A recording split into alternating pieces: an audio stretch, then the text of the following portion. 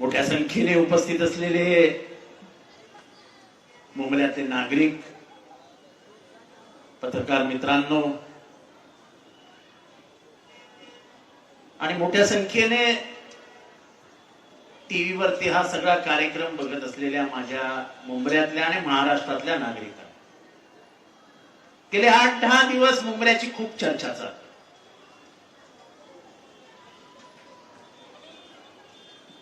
मला स्वातंत्र्यानंतरचं एक गाणं आठवतं. मला स्वातंत्र्य मिळाल्यानंतर एक गाणं आठवतं. हम लाए हैं तूफान से कश्ती निकाल के, इस देश को रखना मेरे बच्चों संभाल के. ये देश की जगह मुमरा. हम लाए हैं तूफान से कश्ती निकाल के, इस मुमरा को रखना मेरे बच्चों संभाल के. इस मुमरा को हमेशा बदनाम किया गया. कभी RDX के नाम से बदनाम किया गया, कभी बम ब्लास्ट के नाम से बदनाम किया गया, कभी गुलशन कुमार के मौत के बाद यहां से मासूम लोगों को उठाया गया. पूछने वाला कोई नहीं था. इस शहर को जब बदनामी का दाग लगा तब मेरे भाई ने 120 रुपए में रूम बेची है. आज मेरे भाई इसी शहर में 8 और 9 हजार रुपए के नीचे, स्क्वायर फीट के नीचे घर नहीं बेचे जाते. जब रियल एस्टेट का भाव बढ़ता है तो इसका सीधा मतलब निकलता है कि इंफ्रास्ट्रक्चर अच्छा हो रहा है. ये शहर में ऐसे रास्ते बनेंगे, ये शहर में 24 घंटे बिजलियां रहेगी, ये शहर में इतनी अमन और शांति रहेगी. ये तो एक जमाने में सपना लगा करता था. और मुझे ये जंग वगैरह की बातें शमीम भाई अच्छी नहीं लगती. शायद महाराष्ट्र में मुंब्रा में रहने वाले लोगों को मालूम नहीं है कि यही वो रास्ता है जिस रास्ते से अपने गाड़ी में बैठ के महात्मा गांधी गए थे और जाते जाते कौसा मस्जिद में खड़े होकर रुक के वहां के इमाम साहब के साथ चाय पिए थे. कौन गए थे? महात्मा गांधी. सो जिस शहर में महात्मा गांधी के पैर लगे हैं,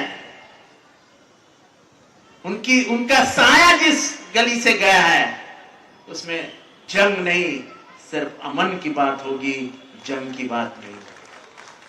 और जो शानू ने बताया वो बहुत सही है.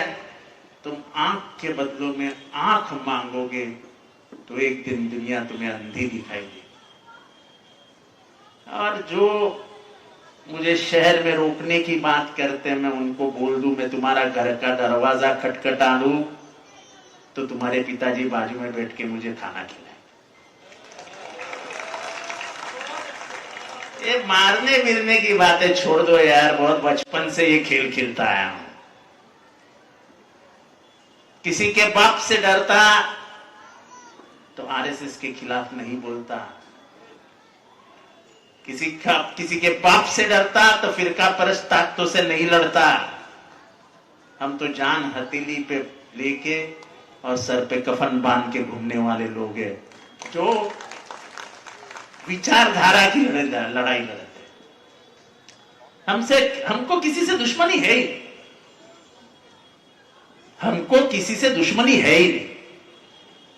जो भी चुन के आए उनको सबको मुबारकबाद भाई. लोगों ने तुमको चुन के दिया है, पर छुप के इतना ही कहूंगा कि मेरे मुंब्रा को फिर से सुर्खियों में मत, फिर से उसको बदनाम करने की कोशिश मत करो. और नूरा कुश्ती का खेल फिर से शुरू मत करो. इससे किसी का फायदा नहीं है.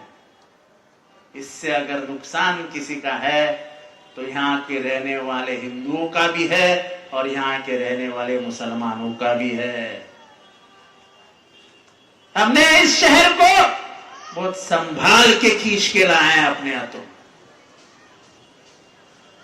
यहां की गलियां सुधारी है, यहां के रास्ते सुधारे हैं, यहां की तालीम सुधारी है, यहां की हर वो व्यवस्था सुधारने की कोशिश की थी जिस व्यवस्था के कारण ये शहर बदनाम हुआ था। क्या वो दिन भूल सकते हैं जब रशीद कंपाउंड में 24 घंटे में कभी भी कॉम्बिंग ऑपरेशन हुआ करता था? वो दिन भूल सकते हैं? यहां पे बैठे हुए बुजुर्ग लोगों को मालूम है कि बंबई क्राइम मुंब्रा में ऐसी घुसती थी कि जैसे उनका घर है, पूछने वाला कोई नहीं था। मुझे आज भी याद है, और शायद पुराने सब लोग जो है उनको याद होगा कि यहां से 4 लोगों को पकड़ा गया। 4 लोग वॉचमैन थे, वॉचमैन। तब हमारे एक दोस्त पुलिस कमिश्नर हुआ करते थे, उनका नाम शंगारी साहब था। 4 लोगों को उठाया, वो चारों लोग कश्मीर के थे। मैं शाम को उनके पास पहुंचा, मैं बोला यार साहब इनको क्यों उठाया, तो वॉचमैन है। हंसते हंसते बोल दिए, बोले पुलिस का काम है, करना पड़ता है। 16 साल के बाद छूटे। उनको जब कोर्ट ने रिहा किया तो कहा कि इनके खिलाफ कोई भी सबूत नहीं है, क्योंकि जिंदगी के 16 साल बर्बाद हुए, घर बर्बाद हुए, बच्चे बर्बाद हुए, मां बर्बाद हुई, पूछने वाला कोई नहीं था। ये शहर में वो हादसा फिर से नहीं हुआ। शानू तुझे याद है, शबनम से एक लड़के को उठाया था।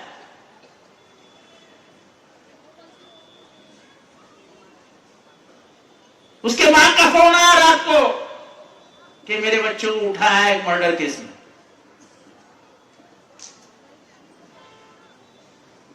राकेश उमारिया तब जॉइंट कमिश्नर क्राइम हुआ करते थे, मेरे अच्छे ताल्लुकात थे।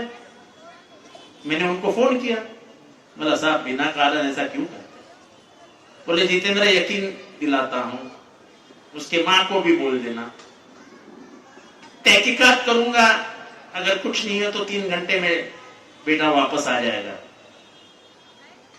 बाजू में ही है शबनम, इस बाजू में, इस बाजू में। 3 घंटे के बाद उसके मां का मुझे फोन आया, आवाड़ साहब बच्चा वापस आ गया, पुलिस ने कहा कि इसका कोई सपना।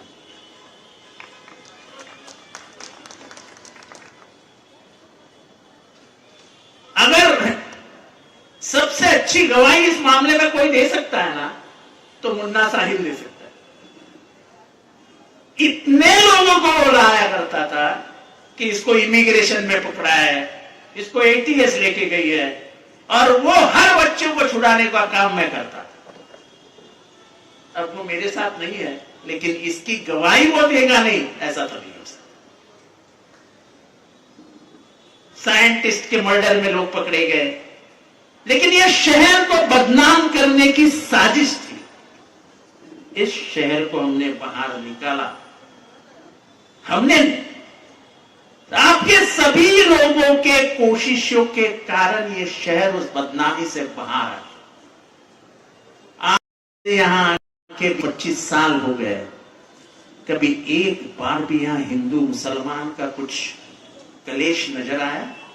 मुझे हाथ उठा के बजाता कलेश नजर आया? ये वो शहर है यासीन कुरैशी भाई, इस शहर की एक बड़ी पहचान है। कैसे पूछो, कैसे पूछो? अख्ख्या महाराष्ट्राला सांगू इच्छितो, यांचं एक मटणाचं दुकान होतं, महाराष्ट्र मटन शॉप, बरोबर है? अभी भी है, अभी छोटा है, पर उस जमाने में जब लोगों को अच्छा मटन खाने का शौक था, और वहां यहां से लोग काम करने के लिए मुंब्रा उतरते थे, तलोजा जाते थे, पनवेल जाते थे, काम करके वापस आते थे, ट्रेन से करजत कसारा जाते थे, तो मुंब्रा उतरते थे और इनके पिताजी का नाम रशीद भाई था, बराबर है, रशीद मटन वाला।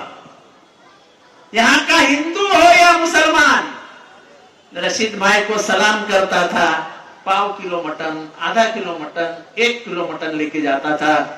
और तभी के जमाने में, उस जमाने में 100 से 150 बकरे कटते थे उसके दुकान। कौन लेता था, कहां जाता था, किसी को मालूम भी नहीं होगा। वो महाराष्ट्र मटन शॉप इस शहर की पहचान बन गई थी। और नाम भी देखो क्या था, महाराष्ट्र मटन शॉप। आप स्टेशन में खड़े रहो, आपको बड़ी मस्जिद का मीनार दिखेगा, मीनार की तरफ देखो तो मुमरा महादेवी का मंदिर दिखेगा। ये पहचान है इस शहर की। यहां का रास्ता भारत की पहचान देता है। यहां का रास्ता किसी रंग की पहचान नहीं देता है। तुम किसी रंग में इस शहर को नहीं लपेट सकते, क्योंकि यह शहर संविधान से सिंचा हुआ है। यह शहर महात्मा गांधी, नेहरू, अंबेडकर के विचारों पे चलता है। ये किसी एक रंग का नहीं हो सकता है। ये तिरंगे का रहे है और तिरंगे का रहेगा। आज बहुत दिनों के बाद मुझे बहुत हंसी आ रही है कि बहुत सारे टीवी वाले आ गए आज मुमरा को कवर करने के लिए। मला कळत नाही है की अख्ख्या महाराष्ट्राला काय ऐकवायचंय। कोणी मला सांगितलं तुम्ही मुंबऱ्यात येऊन दाखवा, म्हणून मी मुंबऱ्यात येणार नाही असं वाटलं होतं काय? अरे उद्या मला जंगलात सांगितलं ना वाघाने ये, तर मी जंगलात सुद्धा जाऊन येईल, मला काही फरक पडत नाही। अरे इथल्या लोकांनी इतनं प्रेम केलंय रे, इतनं। तेव्हा अख्खा महाराष्ट्र म्हणत होता की जितेंद्र आव्हाडांची विधानसभेची निवडणूक अत्यंत कठीण आहे, तेव्हा 1 लाख मतांनी जिंकून आलोय या मतदारसंघात। लोकांचं प्रेम आहे, प्रेम। मी जेव्हा चालतो ना तेव्हा मोर्चा निघतो। मी मोर्चाला आमंत्रित करत नाही लोकांना, पण मी जेव्हा रस्त्यावरनं चालतो तेव्हा मोर्चा निघतो। इतकं लोकांचं प्रेम आहे माझ्यावर। त्यामुळे असे आके दिखाओ, जाके दिखाओ, ये सब बातों पे मैं ना विश्वास करता हूं, मैं ना मैंने किया है। जैसे मैंने कहा कि मैं अगर तुम्हारे घर, दुश्मन के घर का दरवाजा भी टकटकाऊं, और अगर पिताजी खाने पे बैठे हैं तो बोलेंगे आज जितेंद्र धोनी वाले मेरे कसम खा दे। ये प्यार मैंने घर घर में बांटा है, और ये प्यार मैंने रास्ते बनाए, मैंने गटर बनाया, मैंने पानी दिलाया, मैंने लाइट लाई। ये तो एक बात है ही, लेकिन जितेंद्र आव्हाड एक सोच है, ये घर घर में पहुंचा हुआ विचार है, और वो विचार लोगों को अच्छा लगता है। इस शहर की सबसे अच्छी बात क्या है, तो मेरे जहां भी जाओ फोटो देखो, मेरे साथ छोटे छोटे बच्चे जुड़ जाते हैं।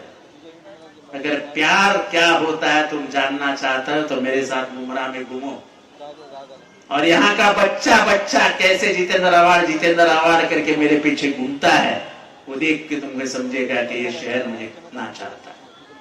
तो ये शमीम भाई, वो जरा आके बताओ, जरा जाके बताओ, इन बातों की तरफ ध्यान भी मत देना, क्योंकि मैं सच अगर बात करना शुरू करूं तो लोगों की नींदें खराब हो जाएगी। मैं किसी की नींद उड़ाना नहीं चाहता हूं, मैं शांत बैठा हूं। ऐसे कई मामले हैं जो मेरे इधर पे दबे हैं, इधर पे ही दबे रहने देना। कहीं मैं अपनी जबान खोल दूं तो ऐसा ना हो कि अच्छे को सलाखों के पीछे जाके बैठना पड़े। चलता है राजनीति में 2-4 दिन गरम, जरा 2-4 दिवस लोगांना गरमाहट असते, जरा चलता है। और मुझे सुनने की आदत है, मैं तो गालियां खा के ही बड़ा हुआ, तो मुझे कोई मला काही फरक पडत नाही। पण मी तोंड उघडलं ना तर चांगल्या चांगल्यांची झोप खराब होईल. मला तेही करायचं नाही, कारण का मला दुकानदारांचा झोपीच्या गोळ्यांचा धंदा नाही वाढवायचा. तेव्हा आपण आपलं काम करूया. 10 नगरसेवक निवडून आलेत. या शहराला पाण्याची गरज आहे, या शहराला कचरा व्यवस्थापनाची गरज आहे, या शहराला कॉलेजची गरज आहे, या शहराला शाळेची गरज आहे, या शहराला मार्केटची गरज आहे, या शहराला बस डेपोची गरज आहे, या शहराला चांगल्या रस्त्यांची गरज आहे. ते सगळं देण्याची जबाबदारी आम्ही स्वीकारून निवडणूक लढवली आहे, ते आम्ही करून दाखवू. आणि म्हणून मी सुरुवातीला गाणं म्हटलं, हम लाए हैं तूफान से कश्ती निकाल के इस मुमरा को रखना मेरे बच्चों संभाल. ऐसे हाथों में मत जाने देना कि फिर से 2004 और 1993 का नक्शा फिर से वापस आ जाए. अपनी राजनीति में पूरे शहर को फिर से इस देश के नक्शे पे लाया जाए, बदनाम करके. ऐसी राजनीति इस शहर में मत होने देना. आने वाले नस्लों को तकलीफ होती है. आज हमारे बच्चे जेवियर्स में जाते हैं, आज हमारे बच्चे विल्सन कॉलेज में जाते हैं तो बड़े शान से जाते हैं. एक जमाने में स्टेशन में उतर के नाक पकड़ना पड़ता था. आज थाना से लेके कर्जत तक और थाना से लेके कसारा तक अगर सबसे खूबसूरत स्टेशन कोई है तो वो मुमरा है. कोई शक कर सकता है इस बात को? कोई शक कर सकता है? अगर तुम मेरे बात को मानते हो तो हाथ उठा के बताओ कि मैं झूठ बोल रहा हूं. सच है कि नहीं है? तो बोलो ना सच है. अरे ये सुधार किया है हमने भाई, ये सुधार किया है. और इसलिए चुन के आए हैं, बड़े मार्जिन से चुन के आए हैं. कुछ हमारे दोस्त यार छोटे छोटे मार्जिन से गिर गए हैं. हार जीत चुनाव का फैसला होते रहता है. हारे हैं इसलिए दिल टूटा है ऐसा मत समझो. लड़ाई आज से शुरू हो गई 5 सालों की बात. हम काम करेंगे. जैसे शमीम खान ने रशीद कंपाउंड में 3 ऑफिस ले लिए काम करने के लिए. जुबैर अंसारी है साथ में, उनके आतिक खानचे हैं साथ में, और उनका बेटा नौजवान बेटा समीर वो तो लड़ने के लिए तैयार है. इस मुमरा से एक नई लीडर पैदा पहले ही हो चुकी थी, मर्जिया, जो अपने विचारों से लोगों को परिचित है. चॉकलेट खिलाया ऐसा बोल के वो नहीं जाएगी टीवी पे.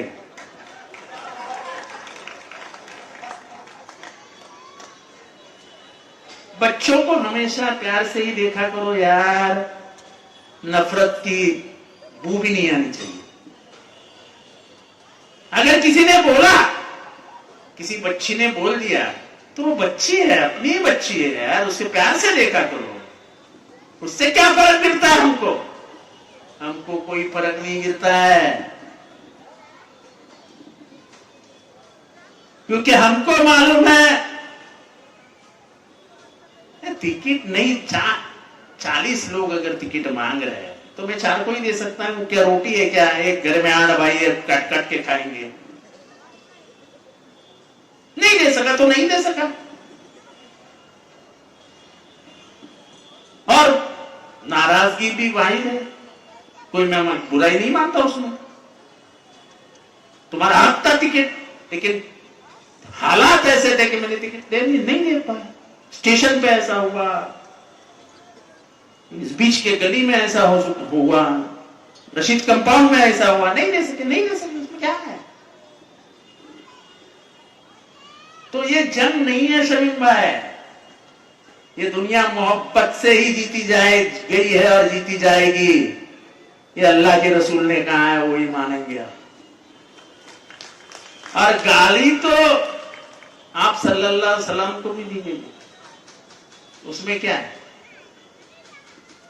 और इसलिए ये शहर को प्यार से जीता है जितेंद्र आवाज. नफरत से नहीं। मेरे आंखों में आपको नफरत कभी भी नहीं दिखाई देगी। मेरे बातों में, मेरे आंखों में हमेशा प्यार दिखेगा। ये प्यार मेरा अपना प्यार है जो ये शहर ने मुझे दिया है।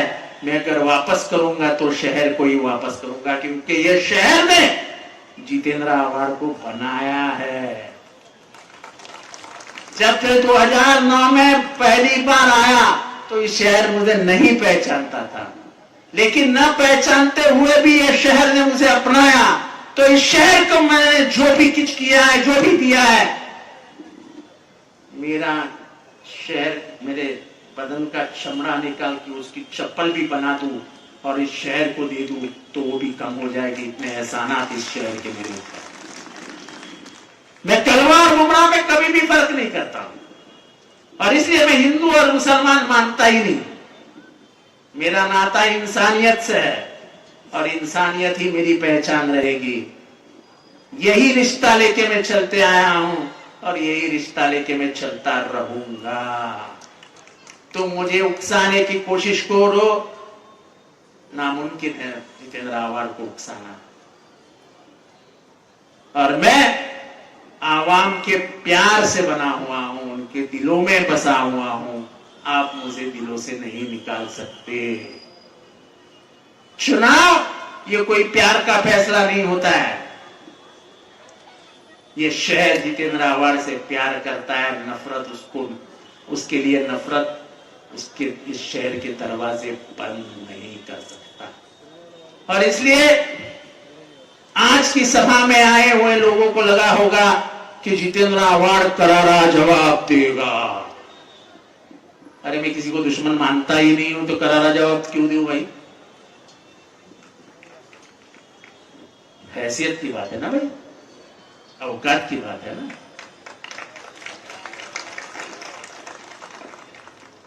हाँ दाते, अरे आपल्या बरोबरीचा पाहिजे ना, तो थोड़ी ना किसी को ही जवाब दे देता है। तो ज्यादा लंबी बात नहीं खींचते क्योंकि टाइम भी हो गया। फोन आने शुरू हो गए, जितेंद्र आव्हाड पे केस ले लो, सत्ता सरकार में सब मेरे यार दोस्त बैठे हैं और पुलिस को बहुत चाहती है आजकल मुझे। बाकी नहीं बाबा नहीं। तो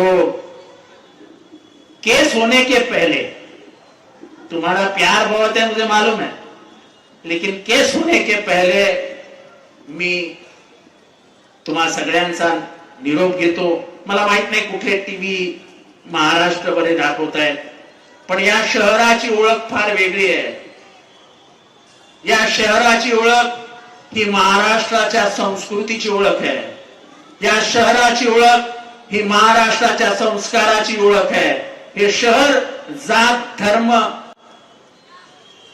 भाषा याच्या पलीकडचा जाऊन विचार करतं आणि म्हणून हे शहर कायम एक राहिलंय। आणि या शहराच्या एकतेला एकात्मतेला आव्हान देणं म्हणजे या शहराचं नुकसान करणं है। ये शहर का हम नुकसान नहीं होने देने। ये शहर को हमने यकीन दिलाया है कि सिर्फ तरक्की तरक्की और तरक्की, वो तरक्की हम करके रहेंगे। इन्हीं लफ्जों के साथ आपसे विदाई चाहता हूं। अलविदा, खुदा हाफिज, नमस्कार, जय हिंद, जय महाराष्ट्र, जय भीम।